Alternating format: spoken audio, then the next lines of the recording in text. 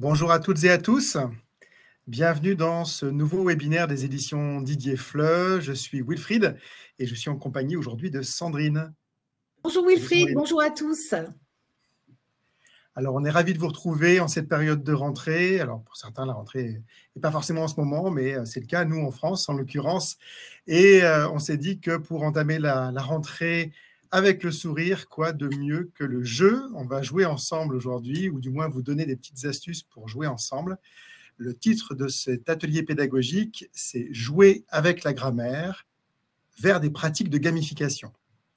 Alors, on est ensemble pendant 45 minutes et puis, dans un premier temps, on va s'arrêter longuement sur ce thème de gamification qui a beaucoup fait réagir sur Internet. On a reçu beaucoup de mails de personnes qui réagissaient à cet anglicisme gamification qui, vous le verrez, n'en est pas forcément un.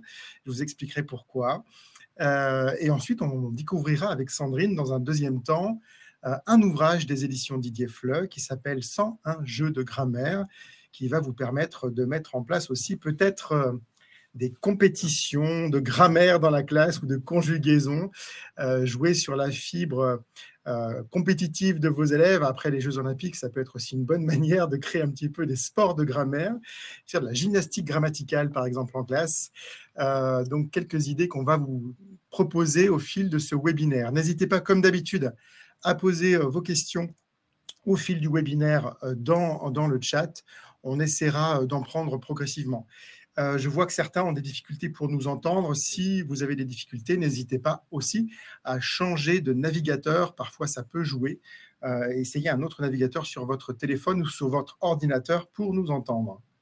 Et bonjour donc à tout le monde qui nous rejoint de différents pays, de Grèce, de Roumanie, du Brésil, d'Ukraine, de Pologne, d'Inde, du Royaume-Uni, de France, des États-Unis, du Mexique, d'Argentine, et j'en oublie. Merci encore une fois pour votre fidélité à toutes et à tous. On va pouvoir démarrer si vous êtes prêts. Alors, avant de commencer, sachez qu'on va vous parler d'un ouvrage. Vous le voyez ici à gauche de l'écran, c'est 101 jeux de grammaire dans la collection 101 jeux aux éditions Didier Fleu. On vous en parlera plus en détail tout à l'heure avec Sandrine. C'est un ouvrage qui s'inscrit dans la collection 101 jeux dans laquelle sont déjà sortis deux ouvrages, 101 jeux de grammaire, 101 jeux de grammaire A1, 101 jeux de vocabulaire A1 et A2. Donc, on verra tout cela dans le détail tout à l'heure.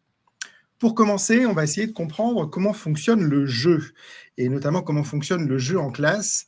Je vous ai mis ici une image à l'écran qui représente plusieurs jeux. Vous le faites tous, hein, on l'a tous fait en tant qu'enseignant, d'utiliser des jeux dans la classe, des jeux de cette famille, des jeux de loi, d'autres types de jeux, parfois aussi même des sports, hein. On va jouer à la tomate dans la classe, par exemple, ou dans la cour de récréation, et puis faire expliquer et faire exprimer la règle de ce sport à ses élèves pour travailler notamment sur des questions liées à l'impératif ou à l'utilisation des verbes à l'infinitif, par exemple, pour édicter une règle. À votre avis, à quoi ça sert d'utiliser les jeux en classe? Alors, j'ai déjà donné une réponse. Hein, à motiver, nous dit Eva, effectivement. Oui, ça c'est un élément important. À réviser, tout à fait. À diversifier, nous dit Émilie, pour ne pas s'ennuyer, à dynamiser, à se détendre. Effectivement, ça c'est des choses qui sont très pertinentes parce que ça va nous permettre de nous appuyer sur des éléments qui sont en dehors du contexte pédagogique, un petit peu des éléments du quotidien de nos élèves et notamment des enfants et des adolescents. Donc, on va avoir l'impression d'apprendre sans avoir l'impression d'apprendre. On va apprendre sans avoir l'impression d'apprendre, en fait. On va jouer. Et c'est donc là tout l'intérêt. On va notamment pouvoir réviser des points grammaticaux, des points aussi civilisationnels, des points de vocabulaire, notamment avec des mémories ou des choses comme ça, hein. On peut imaginer plein de choses avec les jeux. Et puis, la réponse que je vous donnais tout à l'heure, surtout, c'est qu'on va pouvoir collaborer ensemble, on va pouvoir faire des équipes, travailler ensemble et travailler peut-être déjà une compétence du cadre européen qui est, je vous le rappelle, la médiation, qui est une compétence importante en termes de savoir-être et d'entraide au sein du groupe. Donc le jeu nous permet déjà de travailler une compétence importante qui est une compétence sociale pour nos apprenants. Mais le jeu, c'est quelque chose qu'on va apporter directement dans la classe. c'est quelque chose de physique. Vous le savez, souvent, on va apporter un plateau de jeu ou on va apporter des cartes dans la classe. C'est souvent un élément très physique qui va se manifester sur des tables dans la classe. La gamification, ce n'est pas exactement la même chose. C'est bien pour ça qu'ici, dans ce webinaire, je fais une différence entre ludifier et gamifier. Ludifier, ça veut dire tout simplement apporter des jeux dans la classe. Est-ce que vous savez donc ce que serait gamifier? Si vous regardez cet écran, ici, cet écran montre de la gamification et non pas de la ludification. Alors, c'est quoi la différence? Elle est visible dans cette image, vous allez tout de suite le comprendre. Oui, D'Angelo nous dit utiliser les outils numériques. Alors, même plus précisément que les outils numériques, j'aurais tendance à vous dire que c'est utiliser toutes les pratiques du jeu vidéo dans la classe. Le trophée, nous dit Malatalina, vous êtes très en avance. Effectivement, c'est un point que je vais aborder juste après. Donc, on va effectivement parler de ça, du trophée dans la gamification qui est très important. La différence entre la ludification et la gamification, c'est que la ludification est basée sur le jeu, la gamification est basée sur le jeu vidéo. Donc, qu'est-ce qu'on va pouvoir faire avec le jeu vidéo qu'on ne peut pas faire avec le jeu, à votre avis? Qu'est-ce qu'on peut faire? De quoi on peut s'inspirer dans le jeu vidéo pour se dire, tiens, c'est très inspirant ce qui se passe dans le jeu vidéo, je vais l'utiliser dans ma classe pour en faire quelque chose pédagogiquement parlant. Alors, vous le voyez, certains ont dit, Jacqueline nous dit l'interaction, Serena nous dit la musique, ouais, c'est super. Aileen nous dit l'aspect compétitif. Déborah, la gratification, on peut gratifier. Clairvy nous dit un score. Effectivement, quand on joue à un jeu vidéo, on a un score. Ça, c'est très important. Tina nous dit pousser l'imaginaire. C'est vrai que quand on joue un jeu vidéo comme même Mario Kart ou Zelda, par exemple, on est dans un monde imaginaire qui raconte une histoire. On est plus actif, nous dit Fabienne. On motive davantage, nous dit Laura.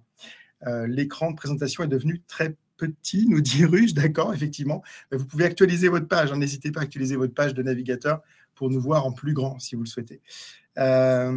Effectivement, nous dit Stéphanie, il y a des missions dans la gamification. C'est effectivement des points importants. Vous le voyez d'ailleurs à l'écran avec cette image. On voit un petit personnage qui grimpe sur le cordon d'une manette de jeu vidéo pour aller récupérer un trophée et qui va récupérer au fil de sa progression des badges ou des éléments de progression. Ça, c'est un élément très, très fort aussi dans le jeu vidéo.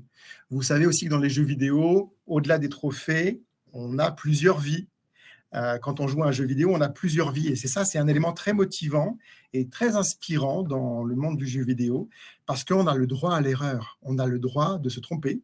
On a le droit de mourir dans un jeu vidéo pour recommencer encore et encore. Et ça, c'est quand même quelque chose qui est très inspirant aussi pour le monde pédagogique parce que ça veut dire aussi à nos apprenants que si on inscrit notre apprentissage dans un jeu vidéo, on va pouvoir échouer et recommencer. Comme vous le voyez ici dans l'image, ici, vous voyez effectivement encore une fois des mots-clés propres à la gratification du jeu vidéo et de la gamification. Hein. C'est le trophée, c'est la fusée pour la motivation, c'est le petit cadenas qui va nous permettre de débloquer de nouveaux niveaux.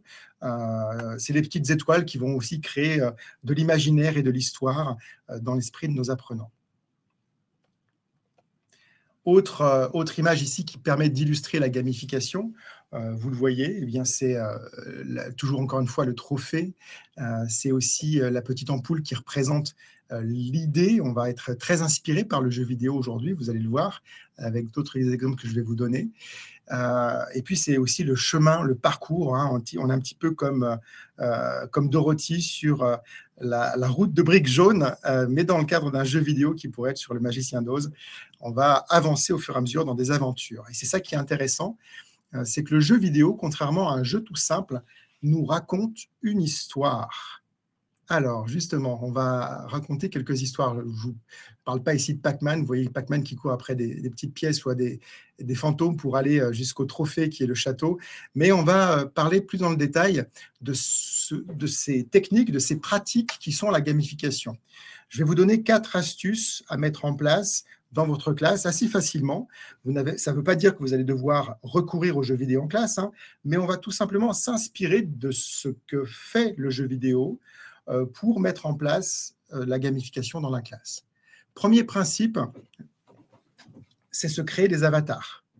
Ça peut être super intéressant parce que quand on va utiliser une application, on peut le faire sur Facebook, on peut le faire sur plein d'applications, hein. On peut demander à nos apprenants de se créer un avatar. Le fait de se créer un avatar, déjà en soi, c'est une manière de motiver les apprenants, mais aussi peut-être de réviser avec eux la description physique, travailler leur imaginaire pour imaginer, par exemple, comme on le voit à l'écran, imaginez que vous êtes français ou française, imaginez comment vous seriez habillé. Eh bien, on voit ici une personne qui se met un béret et puis un t-shirt marinière. Voilà une projection ici de l'imaginaire et de l'inconscient collectif de la représentation des Français à l'étranger. Pourquoi pas? On peut imaginer en fait de se créer un avatar. Le fait de se créer un avatar, ça permet, et ça a été intéressant aussi, cette pratique du jeu vidéo, de se dissocier de son apprentissage. On est un personnage, on n'est plus la personne qui apprend, on est un personnage qui apprend. Donc on a l'impression d'être un héros quelque part, on devient le héros de son apprentissage. Ça c'est intéressant, et de s'inspirer de cette pratique du jeu vidéo dans sa classe. Autre élément intéressant, c'est la deuxième astuce, c'est d'introduire une histoire, et c'est vous qui l'avez dit d'ailleurs. Merci Giuseppe de partager d'ailleurs un lien pour créer des avatars. C'est super, une très bonne idée. Vous avez plein d'applications qui permettent, même sur TikTok, de créer des avatars ou de se créer avec des filtres, de se créer un visage un petit peu différent. Sur Instagram, sur TikTok, on peut imaginer plein de choses. Deuxième astuce, c'est le fait d'introduire une histoire, une quête ou un défi. En somme, de donner une dimension épique à l'aventure jouée. On n'est plus en train d'apprendre, on est en train de vivre une aventure de l'apprentissage, ce qui n'est plus exactement la même chose. Donc, on peut transformer sa classe, ça va vous rappeler peut-être certaines choses. Ça va vous rappeler peut-être ce qu'on appelle les simulations globales. La simulation globale de l'immeuble, de la ville, du cirque, de l'entreprise, du village. Eh bien, on peut tout à fait imaginer créer un scénario pédagogique, narratif, qui soit notre fil conducteur de toutes nos séquences pédagogiques ou d'une seule séquence pédagogique. Par exemple, on peut adapter une quête spécifique à son public. Imaginons si vous avez des enfants ou si vous avez des adolescents, vous pourriez dire ma séquence pédagogique du début à la fin va être une chasse au trésor. Ma séquence pédagogique du début à la fin va être un escape game, une enquête ou un voyage en francophonie. Le fait de créer une histoire autour de sa séquence pédagogique, c'est déjà une pratique prise du jeu vidéo, puisque, bien entendu, le jeu vidéo s'inscrit dans une histoire. On peut aussi ajouter des éléments de narration et des péripéties dans sa manière de raconter sa séquence pédagogique. Il était une fois, soudain, nous avons besoin du présent. Maintenant, nous avons besoin du futur. Et soudain, les prépositions arrivent. Les subordonnées relatives font leur apparition, etc., etc. Donc, en fait, on peut intervenir aussi dans la narration de sa propre séquence pédagogique en racontant une histoire où les différents éléments linguistiques et socioculturels ne sont plus seulement des notions grammaticales un peu abstraites, mais sont des personnages de notre histoire. Donc ça, c'est intéressant parce que ça permet de faire vivre la classe au travers de la narration. Bien sûr, on va davantage mémoriser une histoire. On se souvient tous des contes de fées qu'on nous a racontés quand on était enfant. Donc le fait de métaphoriser, d'utiliser la métaphore des personnages pour parler de notions grammaticales, ça peut être un élément de gamification très important. Et puis, bien entendu, on peut attribuer des rôles à chacun dans la classe avec une liberté d'action. Chacun dans la classe va être le héros de sa propre aventure d'apprentissage. On peut ajouter des batailles et des compétitions entre les élèves, se battre contre des méchants aussi, pourquoi pas, pour donner un petit peu de rythme à l'apprentissage. Et puis, rendre les quêtes interactives, sociales et inclusives, notamment en ayant des défis qui permettent de travailler sur l'inclusion, quel qu'il soit. Travailler l'inclusion quelle qu'elle soit, dans la classe, ça peut être aussi un défi important à relever dans une séquence narrative au sein de la séquence pédagogique. Donc là, je fais confiance à votre créativité, à votre inspiration. On peut même s'inspirer d'un jeu vidéo et s'inspirer de l'histoire que ce jeu vidéo nous raconte pour décliner sa séquence pédagogique. Ça, c'était la deuxième astuce. Troisième astuce, c'est aussi un élément fort du jeu vidéo. Quand vous jouez à un jeu vidéo, vous visualisez la progression. Comment vous la visualisez? Vous la visualisez comme ça. Là, par exemple, je vous montre à l'écran, des petits blasons, des petits badges sur lesquels on voit un taux de complétion d'une activité. Vous avez d'autres exemples ici, avec un état de progression depuis le trophée jusqu'à la médaille. Ou encore ici une progression sur l'énergie de notre héros qui va vivre son aventure. Ou encore, par exemple, ici, je vous ai mis un exemple d'un jeu vidéo qui pourrait s'inspirer du Tour du monde en 80 jours de Jules Verne, où on va avoir une progression au travers de différents pays, depuis Londres jusqu'à New York, en passant par l'Asie, avec différentes étapes du moment de l'apprentissage. Ici, une séquence pédagogique qui parlerait du voyage, où on va voyager comme Phileas Fogg, et où on va avoir des défis sur chacun des numéros à relever. Chacun de ces défis pouvant être intéressants et justement composer des micro-tâches pour arriver jusqu'à la tâche finale, qui est de faire le tour du monde en 80 jours. Voilà, donc on peut imaginer plein de choses qui permettent de visualiser sa progression. En fait, ça, c'est un élément fondateur du jeu vidéo aussi. On visualise dans un jeu vidéo où on est dans le jeu vidéo. Est-ce qu'on est au début du jeu, dans le monde numéro 1, le monde numéro 2, à quelle étape, quel chapitre en quelque sorte du jeu vidéo, et combien de vie il nous reste, combien d'énergie il nous reste sur chaque élément. Ça, c'est intéressant. On peut transformer ces métaphores de l'énergie du héros bien sûr, en capacité qu'a le héros, des compétences, par exemple, lexicales, des compétences grammaticales, des compétences socioculturelles, par exemple. Ça peut être aussi des jauges que vous pouvez utiliser pour figurer, représenter l'évaluation de vos apprenants. Plutôt que de les évaluer avec des notes sur 20, les évaluer avec des jauges, comme dans un jeu vidéo, c'est aussi intéressant et c'est très inspirant de la part du monde du jeu vidéo. Et puis, la quatrième astuce que j'aimerais vous donner, c'est aussi l'élément important, vous l'avez d'ailleurs évoqué tout à l'heure dans le chat, c'est le fait d'attribuer des badges ou des trophées. Ça, c'est un élément très fondateur du jeu vidéo et de la gamification. Vous le faites déjà, on a tous peut-être déjà dans notre enfance ou notre vie scolaire vécu les bons points, où on nous donne des images quand on a fait une tâche et qu'on l'a accomplie correctement. L'idée du badge, c'est un peu d'aller plus loin que la simple image bon point. Le badge, il permet aussi de métaphoriser la réalisation d'une tâche importante.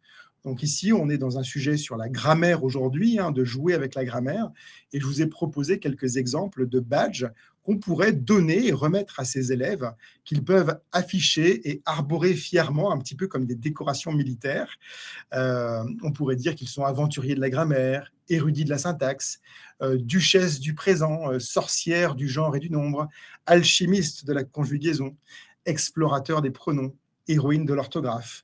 On peut imaginer beaucoup de choses comme ça, et bien sûr, c'est la créativité qui va prendre le dessus pour filer la métaphore de notre histoire. Et moi, je connais déjà des enseignants qui ont aussi, avec leurs élèves, filé la métaphore d'Harry Potter et qui, dans leur séquence pédagogique, utilisent bien sûr toutes les logiques de badge qu'on peut retrouver dans la série des Harry Potter pour motiver leurs apprenants et leur donner des récompenses à chaque fois qu'un exercice est correctement réalisé, qu'ils ont utilisé une tournure de phrase spécifique ou une notion grammaticale à bon escient. En résumé, pour cette introduction sur la gamification, vous l'avez compris, la ludification n'est pas la gamification. Donc le mot gamification, certes, c'est un anglicisme, mais le traduire par de la ludification, c'est en fait un faux ami. Ludifier n'est pas gamifier, vous l'avez compris. Ludifier, ça veut dire rendre ludique, ludifier l'apprentissage, mais la gamification, ce n'est pas exactement la même chose. C'est utiliser des techniques du jeu vidéo pour l'apprentissage. Ce n'est pas exactement la même chose. Donc, avec le jeu, qu'est-ce qu'on fait ? Bien, on joue à des jeux, donc ça permet à l'apprenant d'apprendre à respecter des règles. On va rendre ludique des activités pédagogiques, c'est ce que vous me disiez dans le chat tout à l'heure. On va donc vivre une expérience ludique et amusante. On va former des équipes, donc on va apprendre à travailler en équipe en tant qu'apprenant. On va travailler sur des notions linguistiques isolées, puisqu'on va faire des jeux sur le vocabulaire ou des jeux sur la grammaire. Et donc, ça permet pour l'apprenant de systématiser les acquis des notions linguistiques. La gamification, en revanche, si vous commencez à introduire des éléments de gamification, ça peut être 1, 2, 3 ou 4 des astuces que je vous ai données. Il y en a plus, mais parmi ces 4-là, vous pouvez en appliquer au moins 1 ou 2. Qu'est-ce que ça permet ? Ça permet de gagner des points. Donc, le fait de gagner des points, vous l'avez compris, ou des badges, ça permet de stimuler l'apprenant parce que ça va doper la dopamine de l'apprenant. Il y aura une notion de compétition dans la classe qui est importante. Ça permet de recevoir des récompenses, donc de se sentir gratifié, de se sentir bien. Ça permet de relever des défis et d'avoir plusieurs vies. J'ai insisté dans le jeu vidéo. Dans le jeu vidéo, on a plusieurs vies. Donc, en gros, ça veut dire qu'on se sent motivé parce qu'on a le droit à l'erreur. On peut débloquer de nouveaux niveaux, c'est-à-dire qu'on va chercher de nouvelles récompenses. Donc, on a toujours un nouveau challenge. On va construire une histoire avec une quête et un défi.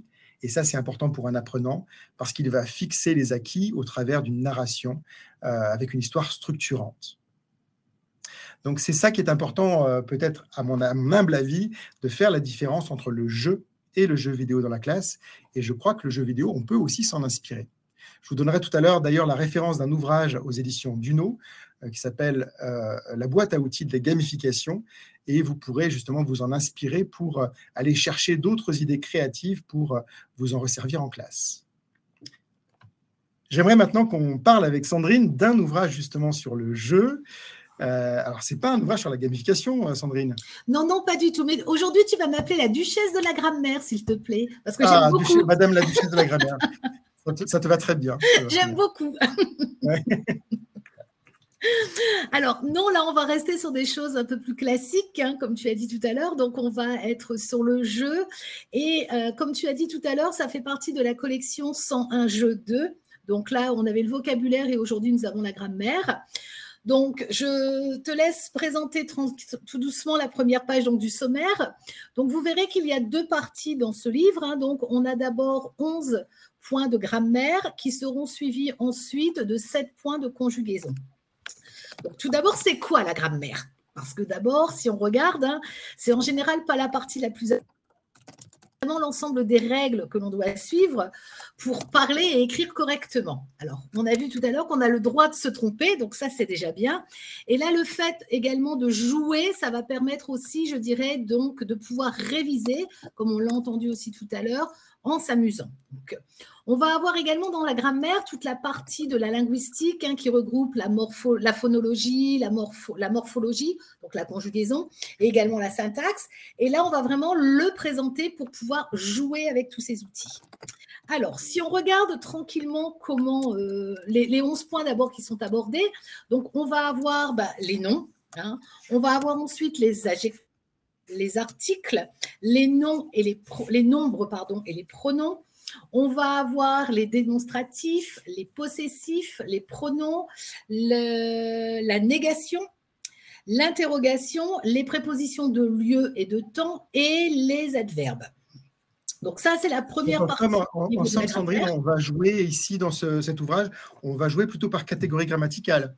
Tout à fait, tout à fait. On va jouer comme ça et selon les thématiques, on va se retrouver avec 6 ou 7 jeux en général. Donc, c'est très bien parce que ça va permettre justement de pouvoir, je dirais, bien asseoir les connaissances acquises et éventuellement, pour ceux qui ont des difficultés, justement, de pouvoir recommencer les jeux s'ils le veulent. Donc là, si on regarde un peu la première page, puisqu'on reviendra sur la conjugaison peut-être tout à l'heure. Alors, on va parler des auteurs peut-être. Qui sont les auteurs de cette collection? Alors... Je te laisse peut-être le faire, ça, les auteurs. Alors oui, effectivement, donc cet ouvrage a été composé par Camille de Ripper, Louise Rousselot et Johan Waldener.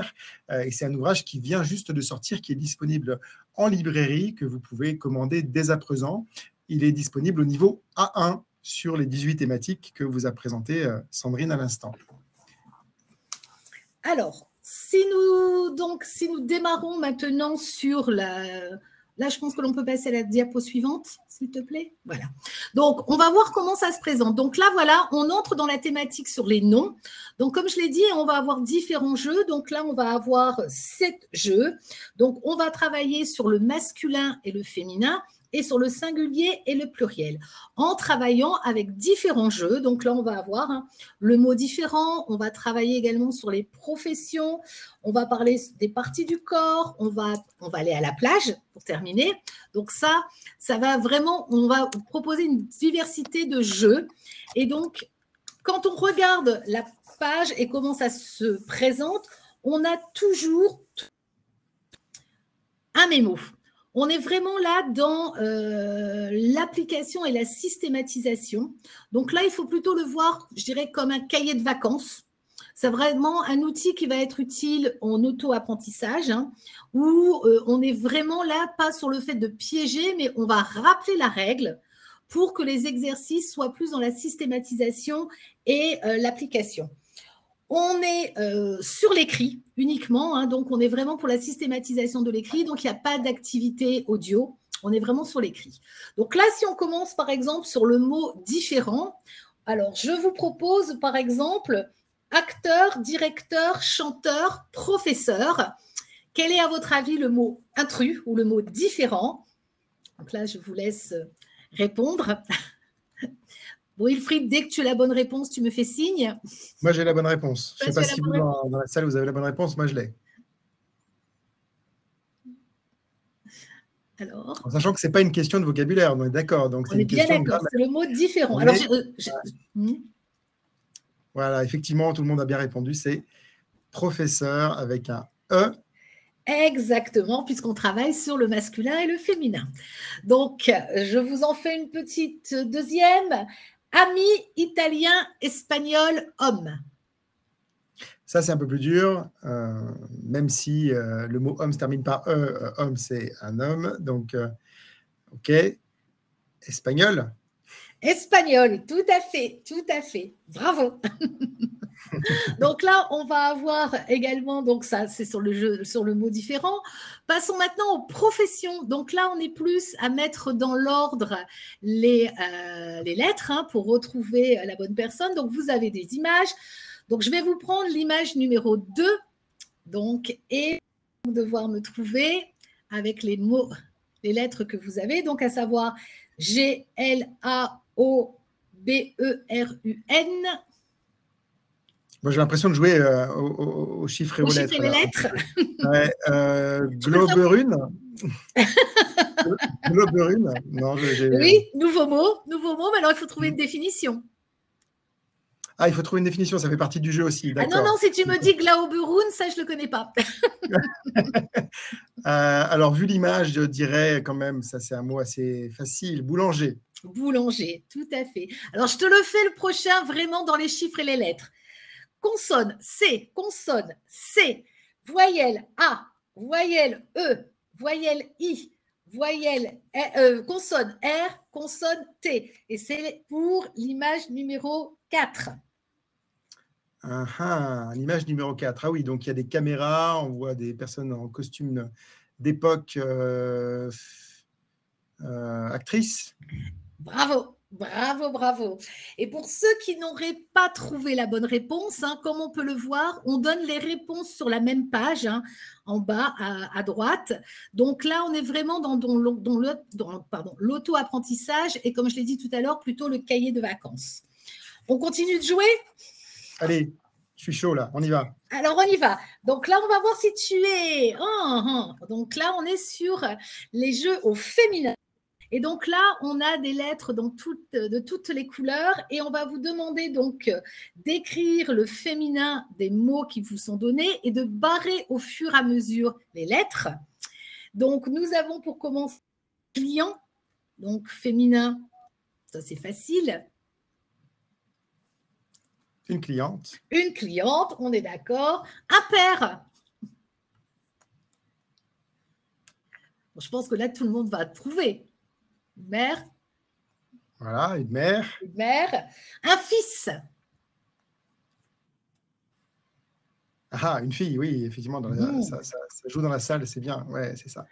Alors, un touriste. Ça c'est… Attention de ne pas dire une tourista, parce que ce n'est pas exactement la même chose. C'est ce que j'allais te dire, exactement. Donc, une touriste, on ne change pas, effectivement. Okay. Un étranger. Une étrangère, OK. Et si on barre toutes les lettres, on va retrouver une profession. Alors, un petit indice, parce que vous n'avez certainement pas eu le temps de barrer toutes les lettres. Donc, si vous regardez sur l'image que vous avez en bas, je vais dire c'est la personne qui est debout et qui porte un plateau. à droite. Donc, c'est une serveuse. Bravo, bravo, bravo. Donc Alors, on là, pose la question dans la salle, est-ce que on peut mettre en place ce jeu dans la classe? bien sûr, puisqu'on peut le faire comme on vient de le faire, hein, là, on peut bien entendu mettre les élèves en groupe et mettre là comme une espèce de compétitivité entre eux pour voir quel est le premier qui va gagner. Bien entendu, toutes ces activités, on peut les adapter pour pouvoir les jouer en classe. Soit aussi, on peut distribuer, je dirais, le jeu aux élèves et c'est tout simplement le premier qui a gagné. Mais je trouve que on peut également leur demander à leur tour de créer ce genre de jeu parce que ce sont quand même des jeux qui ne sont pas, je dirais, très difficiles. Donc, pourquoi pas? Mais à la base, c'est plutôt quand même fait pour travailler en auto-apprentissage. Mais à vous de voir, je dirais, en fonction des groupes, en fonction de notre façon de travailler, moi, je dirais que tout est toujours adaptable. Très bien. Et en termes de public, la question qui était posée dans le chat, c'était de savoir si c'était pour des collégiens ou des lycéens. Je vous confirme que c'est pour à la fois des collégiens, des lycéens et même des adultes. On peut jouer à tous les niveaux. Il n'y a pas d'âge pour s'amuser. Vous savez, comme sur les boîtes de jeux, on dit de 7 à 77 ans. Et maintenant, d'ailleurs, je crois qu'on dit même plus encore. Jusqu'à 99, oui. Jusqu'à 99 ans, je crois, on ajoute sur les boîtes de jeux, vu le vieillissement de la population. Donc, il n'y a pas d'âge pour s'amuser. Évidemment, on peut jouer à tous ces jeux de langue, soit un jeu de grammaire ou même soit un jeu de vocabulaire, à tout âge. Tout à fait. Et là, quand on regarde, par exemple, le jeu suivant sur les parties du corps, là aussi, on peut très bien adapter et jouer tout simplement également en le montrant, en demandant justement le singulier de mettre au pluriel, puisque cette fois-ci, on va travailler sur le pluriel, et notamment, c'est un œil, mais des yeux, etc. Donc là, ça peut être aussi facilement adapté et utilisé en classe si on le souhaite.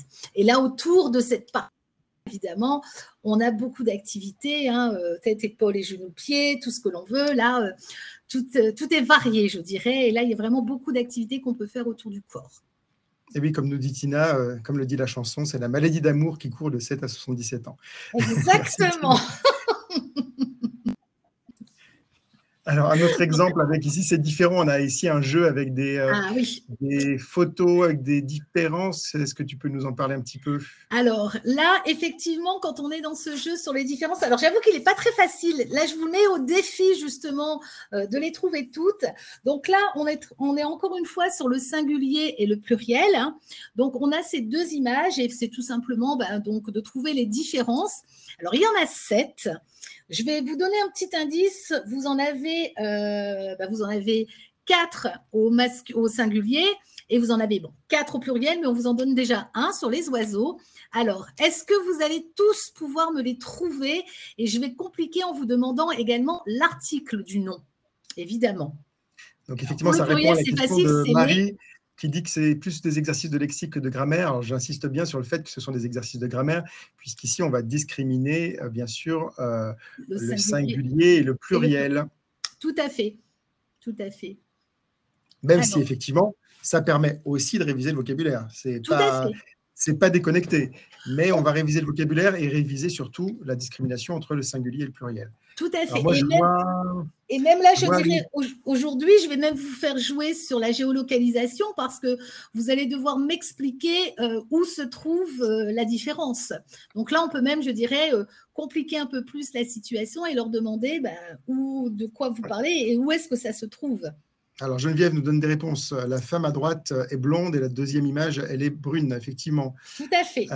Anna nous dit les fleurs. Oui, alors pour donc la dame blonde et la dame brune, quel serait donc le mot qu'il faudrait mettre dans la colonne? Les cheveux. Les cheveux, tout à fait. Donc on a les cheveux, autre chose? On a les fleurs, nous dit aussi Anna. Le chapeau, nous dit Aileen. Le chapeau, très bien. Ouais, très bien, donc dans la colonne singulier. Les oiseaux ou les pigeons, voilà, on a déjà, c'est l'exemple donné ici. Tout à fait. Il y en a encore un au pluriel. Moi, j'ai le prix aussi. Je vois le prix, 18 € d'un côté et 25 € de l'autre. Tout à fait. On nous dit aussi la couleur du dossier. Ah oui, effectivement. Donc la chaise, on pourrait dire la chaise. La chaise, tout à La fait. chaise orange en haut et elle est rose en bas. Tout à fait. La fenêtre, on nous dit la fenêtre, qui est ronde d'un côté, effectivement, et rectangulaire de l'autre. Tout à fait. Donc là, pour le singulier, bravo. Et donc, il nous en manque encore un au pluriel. Est-ce que vous allez le trouver? Les lunettes. Exact. Les lunettes. Tout à fait. Bravo. Bravo. Donc, des lunettes de soleil en bas, mais pas en haut. Exactement. Exactement. Et on peut effectivement là l'utiliser aussi en classe et faire travailler les enfants, enfin, tout au moins les apprenants, sur différentes thématiques, comme on a vu, la géolocalisation, le vocabulaire, etc. Mais là, on est bien d'accord, on est sur la distinction singulier-pluriel. Voilà. Alors, pour répondre à une question, c'est un ouvrage qui existe en version papier, qui n'existe pas en version numérique, donc on ne peut pas le projeter en classe. En revanche, vous pouvez jouer avec vos élèves et faire des petits défis. Vous pouvez en acheter plusieurs petits ouvrages comme ça pour la classe et vous faire des défis, par exemple, un défi féminin, masculin. Allez, à un moment donné, on est dans une leçon du niveau 1, on se pose, on fait un petit défi, peut-être gamifié avec les exemples que je vous ai donnés tout à l'heure, avec des badges à la sortie, pour savoir qui est le meilleur sur le genre et le nombre, et travailler sur cette notion-là en gamifiant un petit peu. Vous avez compris que l'ouvrage est plutôt un ouvrage qui propose des jeux individuels, séparés, mais ça ne vous empêche pas d'accrocher à ces jeux-là une histoire plus large, comme dans le cadre de la gamification, pour motiver vos apprenants aussi. Tout à fait. Ou encore les mettre en scène, mettre les apprenants en scène et de faire justement deux scènes, on va dire, voilà, on joue aux scènes quasiment identiques et on cherche les différences. Exactement. Pour répondre à une autre question, ces jeux ne sont pas didactisés, ils sont directement proposés pour soit l'auto-apprentissage pour l'élève, soit pour une utilisation en classe, en sachant que c'est plutôt des banques de ressources et de jeux pour vous, et puisque les réponses sont directement proposées ici à l'envers, comme vous l'avez dit, comme vous l'a dit tout à l'heure Sandrine. Est-ce qu'on peut faire des jeux en conjugaison aussi? C'est intéressant. Bien entendu qu'on va vous faire des jeux en conjugaison. Donc là, on va aborder la conjugaison. Donc, comme je l'ai dit tout à l'heure, on va avoir 7 thématiques. Donc, bien entendu, le verbe avoir et le verbe être au présent. On va avoir les verbes en avec les règles générales et les verbes particuliers, les verbes en ir, comme choisir, réussir. On va aussi aborder quelques verbes irréguliers, donc les plus, je dirais, les plus utilisés, aller, faire, prendre, pouvoir, devoir, etc. Les verbes pronominaux, avec les routines, les formes affirmatives et négatives. On va avoir également le futur proche et le passé récent et on va travailler également sur l'impératif. Donc là, quand on va regarder en fonction des thématiques, on aura 5 jeux, 3 jeux, 2 jeux, ça va un petit peu être différent, mais ça va être un peu toujours sur la même structure, c'est-à-dire, par exemple, avoir et être, on va avoir donc un jeu de discussion, on va avoir les verbes mêlés, on va avoir être ou avoir, la famille de Julie ou le cinéma francophone. On va regarder ça en détail. Donc là, on a toujours le rappel sur la petite étiquette bleue de ce que l'on va réviser avec ce livre. Donc là, c'est avoir et être au présent. Donc le premier mémo, c'est avoir au présent et on va donner la conjugaison. On va donner la conjugaison et un rappel de l'utilisation du verbe avoir, notamment pour l'âge, pour la famille, pour les objets, pour les animaux, pour les expressions. Donc, on va dire « j'ai 20 ans »,« j'ai des enfants »,« vous avez une maison »,« il a un chat » et tout simplement « j'ai faim »,« j'ai froid »,« j'ai sommeil ». Donc là, ça va vraiment permettre aux apprenants de revoir les structures. Ensuite, on va avoir une discussion. Donc là, dans la discussion, on va avoir donc des lettres qui nous sont données là et qui sont, je dirais, collées les unes aux autres. Et on va vous demander de faire une petite séparation pour retrouver les différentes formes du verbe avoir. Donc, on va commencer. Donc, si vous regardez, donc là, est-ce que vous pouvez placer les petites barres et là, vous retrouvez donc A, AV. Ensuite, on va retrouver et, on, avons et a. Ensuite, on va avoir quelques questions auxquelles on va devoir ensuite répondre. Donc là, une fois qu'on aura identifié la conjugaison du verbe avoir, on va pouvoir la remettre dans les phrases avec notamment quel âge tu as, j'ai 26 ans et mon ami a 23 ans, etc. Donc là, un double, je dirais, activité puisqu'il va y avoir une reconnaissance et ensuite on va utiliser dans la phrase, donc la mise en pratique. Donc ça, c'est intéressant parce que c'est un exercice à la fois de morphologie, oui. Parce qu'on doit reconnaître la conjugaison du verbe avoir et en même temps la syntaxe pour le placer à l'intérieur d'une phrase. Exactement, exactement. Des choses que l'on peut aussi, je dirais, par la suite dupliquer, hein, pour que justement, surtout notamment avec les conjugaisons de tu et il, où le fameux S est souvent oublié. Donc là, on peut le refaire plusieurs fois. En deuxième, on va avoir évidemment le mémo avec le verbe être au présent. Donc là, avec pareil, hein, la conjugaison et l'utilisation. Donc la nationalité, je suis française. Les lieux, je suis au bureau. Le métier, tu es prof. Ou la description, hein, il est barbu. D'accord? Donc là, on va leur donner… C'est moi. C'est toi. Oui, c'est toi. Mais oui, mais Madame la Duchesse parle à la personne, je te signale, donc c'est pour ça. Donc, on va avoir donc en premier jeu un verbe mêlé. Donc là, c'est relativement simple, hein. On leur demande simplement de remettre dans l'ordre les formes du verbe être, donc de manière horizontale et de manière verticale. Donc là, ils vont retrouver les formes du verbe être. Et pareil, ensuite, compléter les phrases. Donc là, on va avoir pour la première, qui est relativement facile, si vous avez S-I-U-S, hein, ça va devenir je suis, etc. Ensuite, nous allons avoir un jeu bilan, hein, être ou avoir. Alors là, on va avoir un petit peu plus de difficulté et là, je vais vous demander justement un peu d'aide. Donc, vous allez devoir choisir le bon chemin pour chaque verbe et ensuite, vous allez donc devoir écrire les phrases. Donc, si on commence, est-ce que vous allez pouvoir me dire un peu ce que vous allez trouver? Donc, on commence avec Samy. Samy et Lorenzo sont amis. Oui. Samy est brun et Lorenzo est blond. Très bien, bravo. Donc, on est sorti. On a réussi à sortir du premier déjà. Du premier. Donc ça, c'est intéressant parce que ça rejoint effectivement une des questions que vous posez. Giuseppa nous dit, on est ici dans un exercice plutôt de ludification. Je suis d'accord avec vous, on est dans un jeu.